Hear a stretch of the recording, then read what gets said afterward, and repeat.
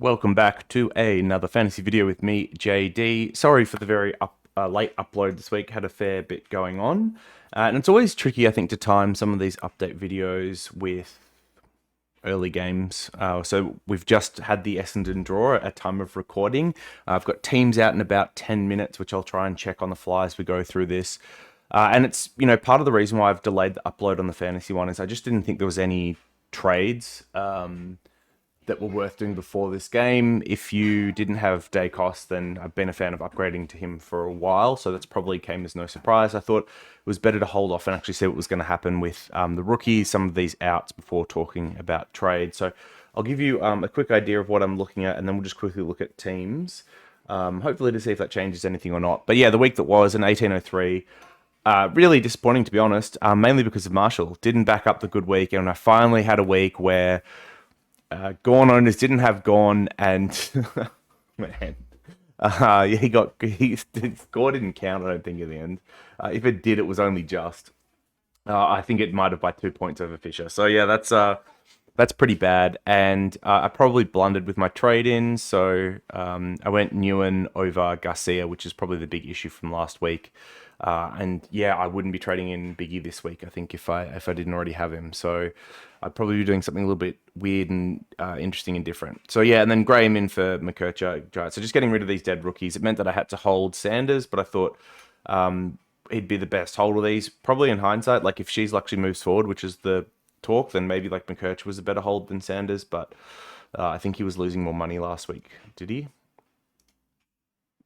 Nope, Sanders ended up losing more because McKercher scored all right. Okay.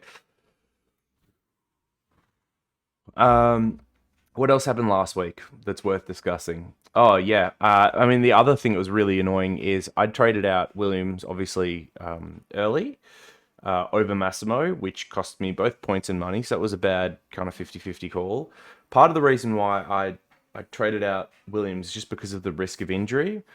So we saw that eventuate, and I was like, finally, I'm going to get a little bit of points back on those that held Williams and maybe didn't have Massimo. But of course, they tactically subbed him. Great. And now I think he's genuinely at risk of best not being best 22. So he's got to go. I think probably the things that worked best for me last week was definitely the captain's choice in Butters. Yeah, 117. I think I only had a couple 126 that outdid that. And a lot of people struggled with captains last week. So that was definitely a nice one. And then yeah, otherwise just like a average mismatch week of nothingness. Oh yeah, LDU sucked. Continues to suck. Boo LDU. All right, let's move on to round 7. Okay, so I have done trades, which I'll talk through in a second. But it's Sanders and Massimo out for Garcia and Dawson. I think Garcia really is the rookie to jump on this week if you don't have him, just given that he's had mid-time, mid-minutes. There is, I guess, some concern with Dow coming back through the VFL, and there has been another rookie really to put their name up, which would be Jordan Sweet, who I think is a great option. Anytime you get a number one ruck, even if it's just for a month, these guys are straight cash money.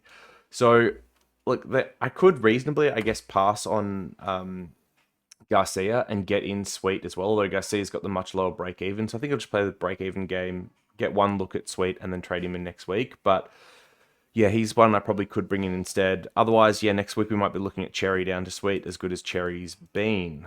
He does start to, I think, run into a little bit of a tougher fixture over the next 4 with Marshall, Witt, although Witt hasn't been particularly good. The double Essendon ruck set up, and then the Port game will be easy before going on bye. So, yeah, we'll see. But yeah, Sweet in looks likely next week. And that's part of the reason why I didn't want to discuss trades too much, because I think my trades in particular really come down to what happens next week and how much money I want to carry in the bank. So I think there are 3 trading options that I really like this week. Well, firstly, day costs if you don't have day costs. But I think for those that didn't have, like, probably, well, hopefully jumped on. I think 100 is good enough. Although if you didn't, it's not the end of the world. You can get them next week. The other ones for me are McRae at 715k, who I've slowly come around to as the week's gone on. Dawson, who I was in my side now at 950k, and Walsh. And I've been having a real hard time splitting Walsh and Dawson all week. They both come with obvious ability to score well, and then come with real risks. Dawson's risk is what happens when Crouch comes back. How do they continue to adjust that side? Because they're, what, 1-5 or something at the moment coming into this week. And on the Walsh side, it's that back. But ultimately, I think I'm going to go against Walsh. Oh, did Dacos just lose 2 points? He did. I think I'm going to go against Walsh, and the reason being that like a month ago there was talks that he was going to have surgery on his back basically if it couldn't come good, and it did. So what is the likelihood that that stays good until really like post mid season, which is when you don't want him to interrupt upgrade cadence from here on out, and I just think it's pretty unlikely. So I am happy to go against that. And we've seen with like, for example, Williams, just a knock to the Achilles, they subbed him out. Why would they not be equally as precautionary with Walsh? Yeah, so I'm a little bit worried about that. Plus, I've got Chera coming back as well. So I think for Walsh, I'm probably out on him, and for me, it then becomes like a Dawson or a McRae this week. Now, I think McRae is probably the better buy just on value, but in doing so, McRae over Dawson would leave me 400k.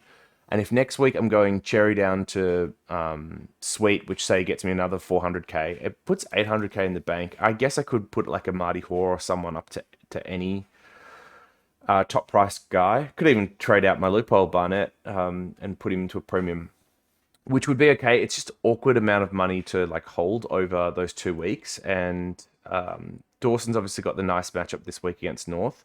His fixture does get a little bit tougher with Port and Brisbane Lions the next two, but they're both at Adelaide Oval, and Lions away, not particularly great. His form turned, so I'm thinking it's Dawson over McRae. I can get McRae next week if I really need to.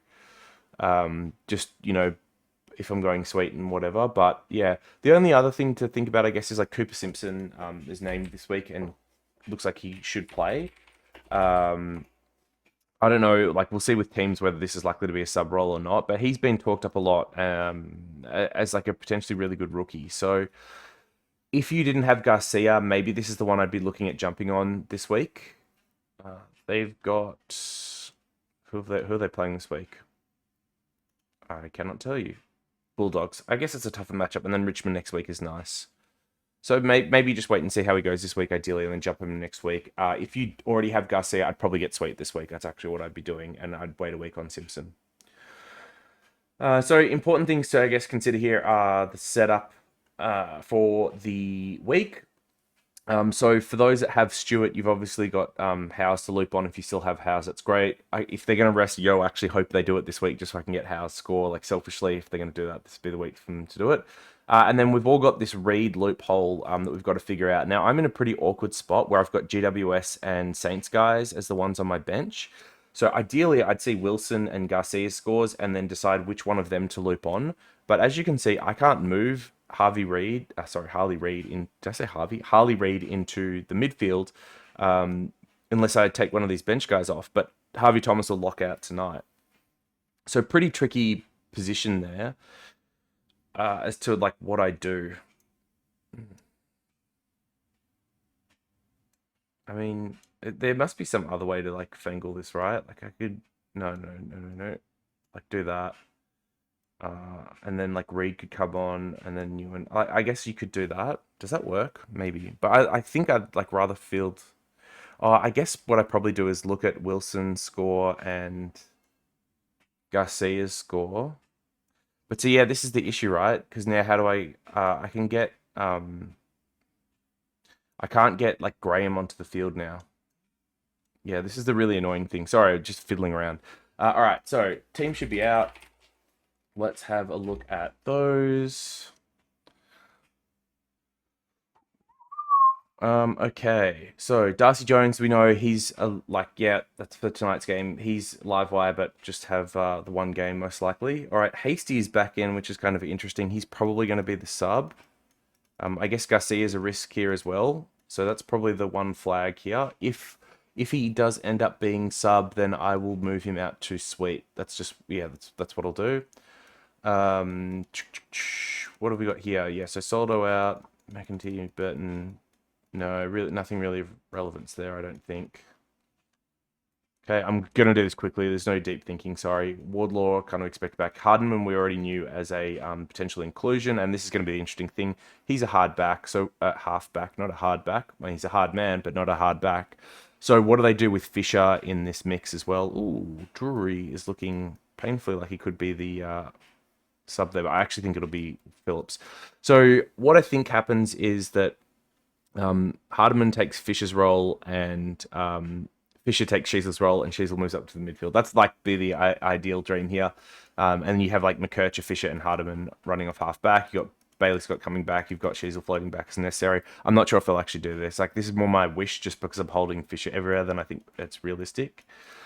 Forward, Drury's going to play forward spot, right? Lazaro gets a game for anyone that still holds him. That's good. Crouch back as expected. Berry is injured and therefore out. So yeah, we'll just see what happens with Dawson this week. I'm sure he's named on the ball, not that where they're named actually matters.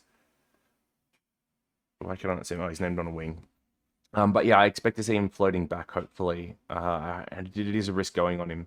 All right, Jai Clark omitted. That is good for Jai Clark holders because you can use him as a loop. Now, unfortunately, in Supercoach, I also have McAuliffe, who I equally can't use. But anyway, Fantasia Durden will be sub there. This Cats game. Ooh, that's interesting. Is Dempsey at risk of being a sub here? Hold on. You got Tui that's come back. Stanley, Guthrie.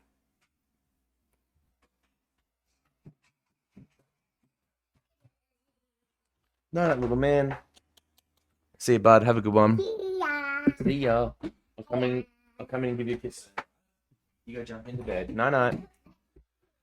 So, yeah, is Dempsey a risk of sub here? That would make me change trades, especially if like, well, let's have a look what's with Massimo if he's a chance being dropped. All right, Sanders is omitted, so I actually don't have to trade him this week. I could hold on to him and trade out. I guess like yeah, if Dempsey's sub, I would trade out Sanders and hold Dempsey. Cooper Simpson in, Voss in as a debut as well, and then Heath Chapman back is one to watch as a potential kind of mid-pricey downgrader type. He's named on the wing, which I guess makes sense with some of these outs. Okay. Yeah, I mean, Simpson could be the sub here. And then Garcia, I reckon, probably ends up being the sub here. I don't think they'd do it to McRae, right? I think this is a Garcia sub. Sunday. Euland admitted. Ooh. Oh, Sexton's back. Hold up. True sexy back. Although they've just named this in number style, so I don't know if he'll actually make the side. Atkins. Okay, no.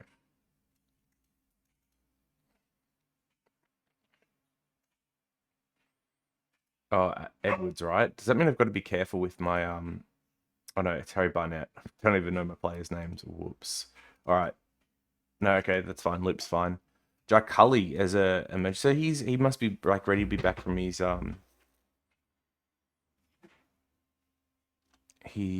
ACL, which is nice. Will Day is back, so I think it's a bit of a watch for Newcomb this week. See how he performs with him back. Massimo is named on field. Ooh, okay. Do I end up holding him this week potentially? And then I think nothing interesting here from the Swan side. All right. So considerations then. I think I've still talked through the main rookies, which is Garcia in otherwise Sweet, or you're looking at like a Simpson type, I think. He's probably the best of the new debutants. I don't think Darcy, Jones, or Voss will last long.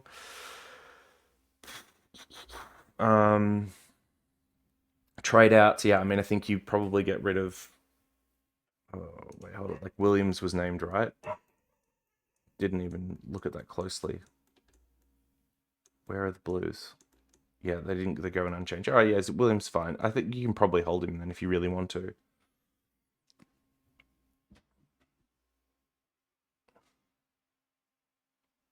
Does this change anything for me?